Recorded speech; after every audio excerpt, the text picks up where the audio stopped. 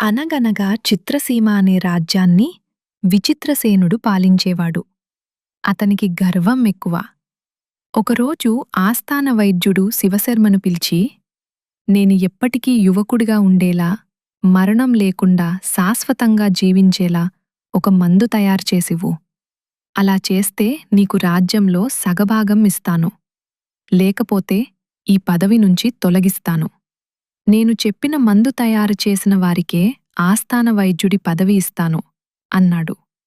అలాగే మహారాజా, వైద్య గ్రంథాలు తిరిగేసి మీకు ఏ విషయం చెబుతాను. నాకు 1 రోజులు గడువు ఇవ్వండి అని అడిగాడు శివశర్మ. కొన్ని రోజులకు మహారాజుని కలిసి, మందు తయారు చేసే మార్గం కనుక్కున్నాను. కాని దానికి సంబంధించిన చెట్టు ఆకులు మీరే స్వయంగా తీసుకురావాలి. ఎవరికీ చెప్పకూడదు. ఒకవేళ చెబితే ఆ మందు పని చెయ్యదు. మనకు 1 రోజుల సమయమే ఉంది అంటూ ఆ రహస్య చెట్టు గురించి రాజు చెవిలో చెప్పాడు శివశర్మ. దాంతో చాలా ఆనందపడిన రాజు, దానికి 1 రోజులు ఎందుకు, 2 రోజుల్లో తీసుకొస్తాను. పసరుమందు తయారు చేయడానికి సిద్ధంగా ఉండండి అని బయల్దేరాడు. అలా రోజుల తరబడి అడవిలో తిరుగుతూనే ఉన్నాడు విచిత్రసేనుడు.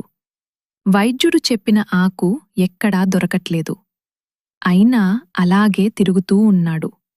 1 రోజులు పూర్తయ్యేసరికి వైద్యుడు చెప్పినలాంటి చెట్టు అసలు ఎక్కడా ఉండదని రాజుకు తెలిసొచ్చింది. వెంటనే కోటకు బయల్దేరాడు.